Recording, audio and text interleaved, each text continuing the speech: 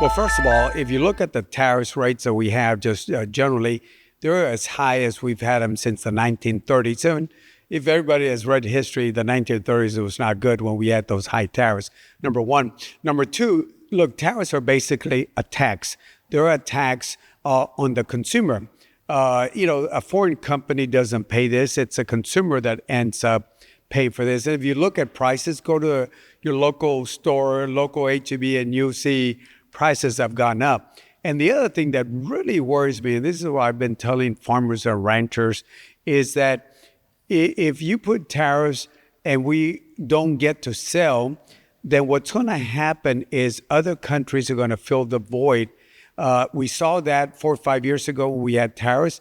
Brazil came in, Argentina came in, and we lost market to Brazil and other countries when the U.S. had this long-term contracts. So that's what worries me, is that we're going to lose long-term contracts where our agricultural producers will lose them to other countries like Brazil and Argentina. Next question, USMCA. You're looking forward to the renegotiation of USMCA. Do you also have some concerns that it may not just be tweaked here and there, but the administration could just change everything? Look, I like to remind people when this agreement was signed here in Washington, D.C., it was called, quote, the best trade agreement ever in the history. So it's a good agreement that we have between the U.S., Mexico, and Canada. It gave us, as a region, the power to compete with other parts of the world. And under this trade agreement, there is a section for revision, a review that comes up next year. And I think we do need to look at it and maybe make some changes to it. But to start all over, this is a good trade agreement between the U.S. and Mexico and Canada. There are areas that I'm interested in reviewing. For example, the section about rules of origin. We do rules of origin to protect our companies. But somehow the Chinese have been able to go into Mexico and are still able to get certain products that they call Mexican, but are really not Mexican. It might be Chinese. So those are things that, we certainly need to look at. But to scrap everything between the U.S. and Mexico, a good trade agreement that really the USMCA in 2017 or so, when it was redone again, really based on what happened in 1994. So it's a good trade agreement, got made better. And I think if we make some changes, it should be some revisions, but the basic essence of the USMCA, what I call NAFTA 2.0, should stay between the U.S., Mexico, and Canada. It's worked. My third out of 4 questions. You've been a long-time member of the Appropriations Committee, and I think it's the case that with appropriations, everyone thinks that's just about apportioning money, but it's also useful to appropriators on that committee that you can sometimes add some language and steer the direction of policy. Oh, absolutely. Money drives policy. In appropriations, we not only add money or take money from certain areas, but we also put language to instruct the agencies to do certain things. For example, let me give you a couple of things. One, the public-private partnership, if you look at the history, it was done in appropriations. I was able to add that language. In 2015, we were able to add language lifting the ban on oil exports. And if you go in South Texas and really the Permian Basin and other places of the United States, the world changed when it came to oil exports, and the United States became the number one oil exporter and natural gas. So there are things that we can do appropriations, add money, but add instructions for agencies to follow certain things that Congress wants done to help local communities.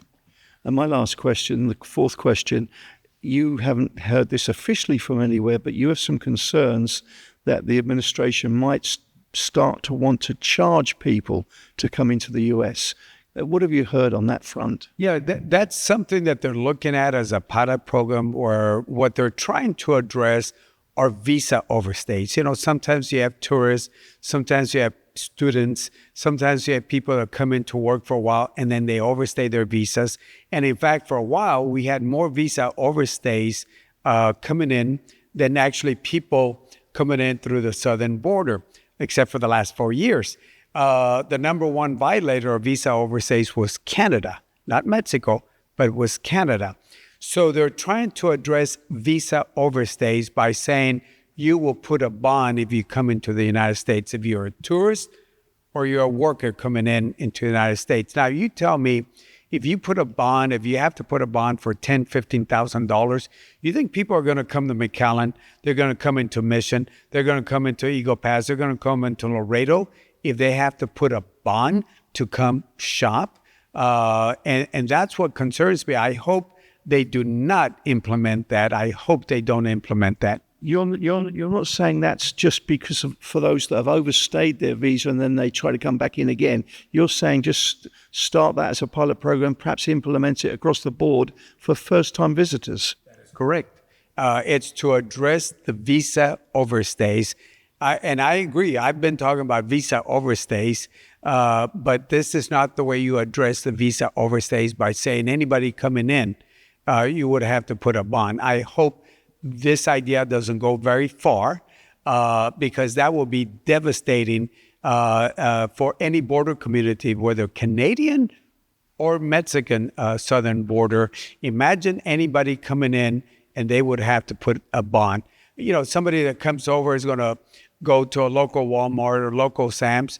Imagine if they had to put up a bond for $10,000, $15,000. That would certainly slow down the number of crossers tremendously. And I guess my last question, you've met privately with some key stakeholders here. It was definitely a private meeting, but coming out of that meeting, did you learn a lot? Were you pleased to interact with the leadership here? Oh, absolutely. Look, you know, when it comes to agriculture, there's no other place like the Valley, whether it's citrus or it's vegetables, sugar, whatever the situation, it's important to listen to the Valley. When you look at the number one crossing for ag products, it's in FAR. And this is why the Valley plays a very important role. Listening to people like Dante and other folks that have been doing this, other folks that have been very good, have been understanding this issue, it's important. My focus has always been on trade, tourism, because that's what drives our economy. We know that the Rio Bravo, Rio Grande does not divide us, but actually unites us as two communities.